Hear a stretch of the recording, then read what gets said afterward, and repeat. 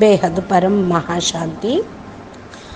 ఈరోజు పురుషార్థమునకు ధారణ పాయింట్స్. బాప్ అంటున్నారు, ఆత్మలో ఎంత పాజిటివ్ సంకల్పాలు నిండిపోతూ ఉంటాయో అంతగా శాంతి మరియు శీతలత, హర్షితము మరియు సంతృప్తి అనేది ఉంటుంది. అనగా బాప్ సమానమైన స్థితి అనేది ఉంటుంది. అందుకే ఏ పెద్ద విషయమైనా సరే ఆ సంకల్పాల ద్వారానే మీరు దాన్ని చాలా చిన్నగా చేసుకోండి, అనగా తేలిగ్గా ఉండండి. ఎందుకంటే పరిస్థితిలో ఎక్కువగా మనన చింతన చేస్తూ ఉంటే ఎటువంటి సమాధానము బయటికి రాదు. ఆత్మ ఇంకా భారీగా అయిపోతూ ఉంటుంది.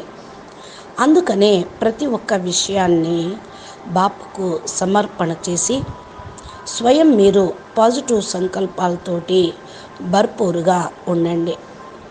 మీరు పిల్లలు ప్రతి ఒక్క సంకల్పాన్ని సిద్ధి చేసుకుంటూ ఉండండి. అందుకని బుద్ధి ద్వారా నేను నా యొక్క నెగిటివ్ని డిలీట్ చేసుకుంటున్నాను అని సంకల్పం చేయండి. బాపూజీ, ఇవన్నీ కూడా నీవే నావి కాదు అని త్యాగం చేయండి. అప్పుడు చూడండి, మీ యొక్క సంస్కారాలు సమయం కంటే ముందే చక్కగా పనిచేస్తూ ఉంటాయి. కొంతమంది ఆత్మలు స్లోగా తమ సంస్కారాలను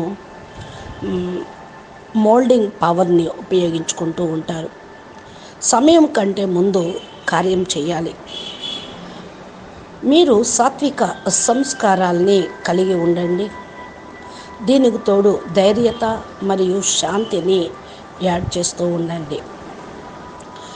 తోడుగా శుభభావన, శుభకామన అనగా పాజిటివ్ సంకల్పాలను చేస్తూ ఉండండి. వ్యర్థమైన సంకల్పాలు చేయకూడదు. మీ యొక్క సంపర్కంలోకి వచ్చేటువంటి ఆత్మలకు పరివర్తన అనేది తప్పకుండా చేయాల్సిన పని. మీ యొక్క పరివర్తన పైనే అంతా డిపెండ్ అయి ఉంటుంది. సదా మిమ్మల్ని ఈ యొక్క ఆత్మలు ధన్యవాదాలు కూడా చెప్తారు.